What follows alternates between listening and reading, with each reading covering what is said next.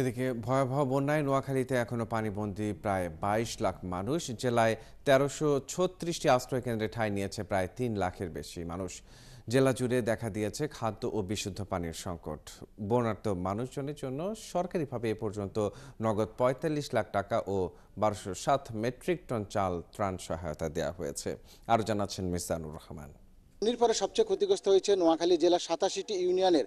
সরকারি তথ্য মতে এখনো পর্যন্ত প্রায় ২.৫ লাখ লোক পানিবন্দী অবস্থায় রয়েছে এবং আজকে তথ্য মতে আমরা যতটুকু জানতে পেরেছি যে প্রায় ৩ লক্ষ লোক আশ্রয়কেন্দ্রে অবস্থান রয়েছে। তারা কয়েকদিন থেকেই বাড়িতে একেবারে হাঁটু থেকে গলা পরিমাণ পানি হওয়ার কারণেই তারা শেষমেশ তারা বসতবাড়ি ছেড়ে মানে সহায় সম্বল নিয়ে এখন তারা আশ্রয়কেন্দ্রে অবস্থান করছেন।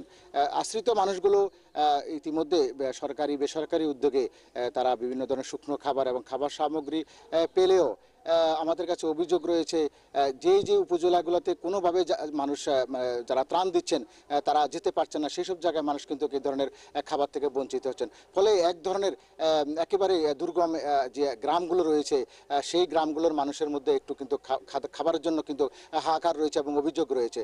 তাদের অভিযোগ যে সড়কের পাশে খাবার সামগ্রী দেওয়া হলো কিন্তু তাদের কাছে সেটি পৌঁছে নেয়। কিন্তু সরকারিভাবে বলা হচ্ছে যেহেতু একটু রাস্তাঘাট দুর্গম সেহেতু তাদেরকে হয়তো খাবার সামগ্রী দিতে বিলম্ব হচ্ছে, তবে প্রতিজনে কিন্তু খাবার পাবেন।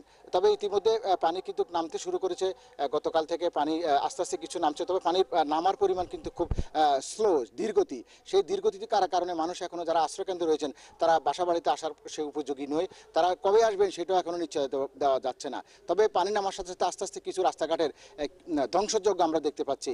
বিশেষ করে যে লক্ষ্মীপুর থেকে যে নোয়াখালী যে মহাসড়ক রয়েছে সেখানে বড় বড় গর্ত রয়েছে এবং প্রতিদিন সেখানে নানা ধরনের গাড়ি ঝুঁকিপূর্ণ অবস্থা চলাচলের কারণে তাদের গাড়ি বিকল হয়ে যাচ্ছে। প্রশাসনের পক্ষ থেকে বলা হচ্ছে তাদের সহযোগিতার যে রয়েছে সেটি অব্যাহত থাকবে। তবে বানবাসী মানুষ কিন্তু আসলে তারা কিন্তু উৎকণ্ঠার মধ্যে রয়েছে, কবে তারা সেই আশ্রয়কেন্দ্র ছেড়ে নিজের বসত বাড়িতে যেতে পারবে সেটা তাদের জন্য এক চিন্তা। এই ছিল আমার কাছে নোয়াখালীর বন্যার সর্বশেষ খবর।